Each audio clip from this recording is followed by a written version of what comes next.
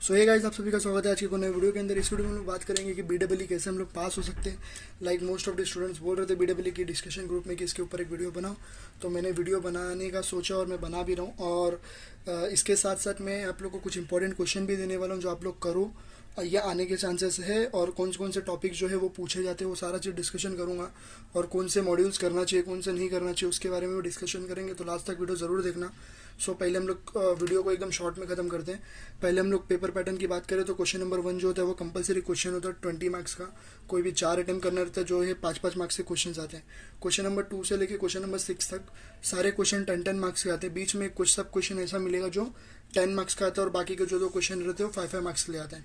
बात करते हैं अभी थियरी कितने मार्क्स का आता है, डेरिवेशन कितने मार्क्स का आता है और न्यूमेरिकल्स कितने मार्क्स का आता है। अगर एक्चुअल में अगर लास्ट पीवाईक्यू के पूरे क्वेश्चन पेपर उठा के देखे ना, तो थियरी जो है मुश्किल से 15 to 20 मार्क्स का पूछता है, डेरिवेशन 20 मार्क्स का पूछता है और बाकी सारा जो चीज़ है ना वो न्यूमेरिकल्स पूछता है। न्यूमेरिकल्स के ऊपर भी ऐसे कुछ क्वेश्चन है जो मैंने यहाँ पे ऐड नहीं किया हूँ, बट मैं वीडियो में जब सिलेबस एक्सप्लेन करूँगा तो उस टाइम पे बता दूंगा कि कौन से न्यूमेरिकल्स पूछे जाते हैं। ये रही हमारी बात पेपर पैटर्न के बारे में। आई होप आप लोग को क्लियर होगा। एक और बार एक्सप्लेन कर देता हूँ। थियरी की बात करूँ तो 15 से 20 मार्क्स का ही पूछा जाता है, जिसके अंदर डिफरेंस पूछा जाता है। यहाँ पे मैंने थियरी के पूरे क्वेश्चंस लिखे हुए, ये आने के चांसेस है। और बात करूँ 20 मार्क्स के तो वो डेरिवेशन आते हैं और बाकी के जो न्यूमेरिकल्स होते हैं वो बाकी जितने भी मार्क्स रहते हैं वो न्यूमेरिकल्स रहते हैं। सो थियरी डेरिवेशन कर लेना जिससे पास हो सकते हैं, और कौन से ऐसे न्यूमेरिकल्स है जो आते हैं वो भी करना चाहिए अपने को। तो यहाँ पे जो क्वेश्चन है, explain the working and principle construction of 3 phase induction motor, what are the types of induction motor. ये बहुत इंपॉर्टेंट क्वेश्चन है।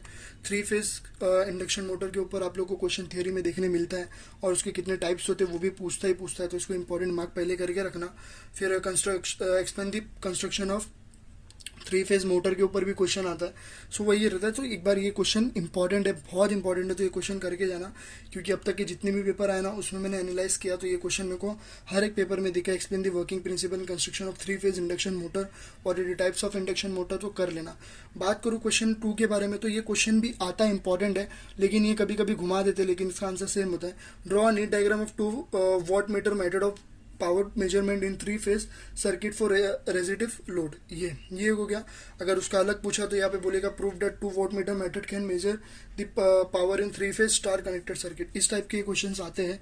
सो एक बार देख लेना आप लोग इसके आंसर्स कैसे होते हैं। और बाकी थियरी की बात करूँ तो derive an EMF equation of DC machine, explain the working of permanent magnet stepper motor, compare core type and shell type. अगर डिफरेंस बिटवीन पूछा तो एक कंपेयर कोर टाइप पूछेगा और जो दूसरा है वो star and delta connection in 3 phase circuit पूछ सकता है। Derive the EMF equation of single phase transformation. ये सारे क्वेश्चन जो है थियरी के इतने सारे क्वेश्चन है, और बाकी के अपने क्वेश्चन बैंक में जो क्वेश्चन है वो कर लेना। यही थियरी की क्वेश्चन इसी में से घुमा फिरा के पूछते हैं। और एक क्वेश्चन है state and prove the maximum power of transformation theorem. इसके ऊपर थियरी के साथ साथ न्यूमेरिकल्स भी इसके आते हैं, तो मार्क कर लेना। और जो है state superposition theorem and its application, ये भी बहुत इंपॉर्टेंट है। यस, थोड़ा कैमरा हिल गया था तो मैं क्या बोल रहा था, हाँ एक क्वेश्चन बोल रहा था जो 2 बार रिपीट हुआ है। Prove that relation between phase voltage and line voltage in 3 phase star connected system with phasor diagram. ये 2 बार रिपीट हो चुका है, तो आप लोग एक बार कर लेना। अगर न्यूमेरिकल्स की बात करूँ तो इसके अंदर सुपरपोजिशन थ्योरम रिपीट आता है क्वेश्चन। फिर apply Ohm's law and Kirchhoff's law के ऊपर क्वेश्चन मिलता है। मैथ एनालिसिस के ऊपर न्यूमेरिकल्स देखने मिलते हैं। मैक्सिमम पावर ट्रांसफर थ्योरम के ऊपर फाइंड करने बोलते हैं। फिर उसके बाद find the current through nodal analysis, ये भी बहुत इंपॉर्टेंट है। फाइंड थेवेन्स एंड नॉर्टन्स थ्योरम भी आता है। Find VRMS of the wave, इतना इंपॉर्टेंट नहीं है। और क्लासिफिकेशन ऑफ डायरेक्ट करंट के जितने भी क्लासिफिकेशन होते हैं वो आप लोग एक्सप्लेन कर सकते हो। और अगर आप लोग को अच्छे से करना है तो आप लोग लास्ट 4 साल के पेपर उठाओ, उसके चारों पेपर सॉल्व करो और कौन कौन से टाइप्स के क्वेश्चन पूछते हैं वो सारा चीज़ देखना। अगर आप लोग PYQ उठाओगे तो ये सारा चीज़ उसके अंदर है। अभी फ़िलहाल के लिए बस इतना ही बता सकता हूँ मैं कि आप लोग इतना करो और BEE अच्छे से पढ़ के निकालो। अभी हम लोग सिलेबस की बात करते हैं। सिलेबस में कितने टाइप्स के ये कितने मार्क्स का वेटेज होता है सारा चीज़ एक्सप्लेन करते हैं, ठीक है। तो सिलेबस की तरफ चलते हैं। इसे अपना सिलेबस कॉपी है। और एक चीज़ मैं बोलूँगा, अगर आप लोग को पास होना है ना तो आप लोग को 2 मॉड्यूल आना बहुत ज़रूरी है, जो कि है वो AC और DC, AC सर्किट और DC सर्किट। इस मॉड्यूल का वेटेज सबसे ज़्यादा है। इस मॉड्यूल का वेटेज है 30 to 40 marks. But AC circuit का वेटेज जो बता सकता हूँ मैं 30 to 35 मार्क्स है। बट DC सर्किट बहुत इंपॉर्टेंट है, उस मॉड्यूल का वेटेज है 40 मार्क्स के अबव। तो ये दोनों मॉड्यूल आप लोग को आना ही चाहिए कैसे भी करके अगर पास होना है।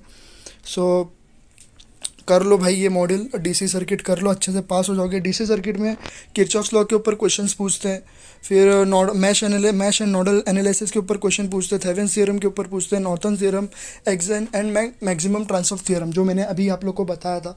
ये सारा चीज़ इसमें से कर लो, अच्छे से मार्क्स निकल सकता है। एसी सर्किट की बात करूँ, हाँ सुपर पोजिशन थियरम के ऊपर स्टेट क्या होता है वो एक्सप्लेन करने पूछ सकते हैं। सो डीसी सर्किट कर लेना। एसी सर्किट की बात करूँ तो एसी सर्किट भी बहुत इंपॉर्टेंट है, RLC फाइंड करने बोलते हैं एसी सर्किट के अंदर। फिर बहुत सारे क्वेश्चंस है जो इसके अंदर फाइंड करने बोलते हैं। जो ये दो मॉड्यूल्स हैं जो सबसे ज़्यादा इंपॉर्टेंट होता है। सो इस मॉड्यूल दोनों मॉड्यूल को करके जाना, ये दोनों मॉड्यूल कर लोगे ना तो पास होने के चांसेस 60% के ऊपर चला जाता है। अब बाकी के जो मॉड्यूल 4 मॉड्यूल्स है वो कैसे करना है वो भी बताता हूँ। मॉड्यूल नंबर 3 जो है जनरेशन ऑफ 3 फेज वोल्टेज, इसके अंदर जो मैंने बताया था थियरी इसमें से क्वेश्चंस आते हैं तो वो कर लेना, ठीक है। वॉट मीटर्स क्या होता है, ठीक है, उसके फेज वोल्टेज, 3 फेज वोल्टेज, ये सारे क्वेश्चन जो मैंने अभी थियरी में दिया था वो सब कर लेना। फिर मॉड्यूल नंबर 4 जो ट्रांसफॉर्मेशन, इस मॉड्यूल से भी 2 क्वेश्चन देखने मिलता है, 2-3 क्वेश्चन देखने मिलता है आप लोग को। EMF इक्वेशन ऑफ ट्रांसफॉर्मेशंस, फिर working and principle single phase transform के ऊपर क्वेश्चन आ सकता है, उसके थियरी पूछ सकता है, working principle of single phase transform के ऊपर। और मॉड्यूल नंबर 5 की बात करूँ, इलेक्ट्रिकल मशीन, इस मॉड्यूल का इतना वेटेज नहीं है, एक ही क्वेश्चन आता है 10 मार्क्स का। मॉड्यूल नंबर 6 बात करूँ तो principle of single phase induction motor, इस मॉड्यूल से भी इतना एक ही क्वेश्चन आता है। तो मॉड्यूल नंबर 6 और मॉड्यूल नंबर 5 से एक क्वेश्चन आता है, सिर्फ एक ही क्वेश्चन आता है। सो मॉड्यूल नंबर 6 और 5 से देख लेना कौन से टाइप्स के क्वेश्चन। तो मॉड्यूल नंबर 5 से जो क्वेश्चन आता है मैं बता दूँ, 3 फेज इंडक्शन मोटर के ऊपर क्वेश्चन आता है 10 मार्क्स का,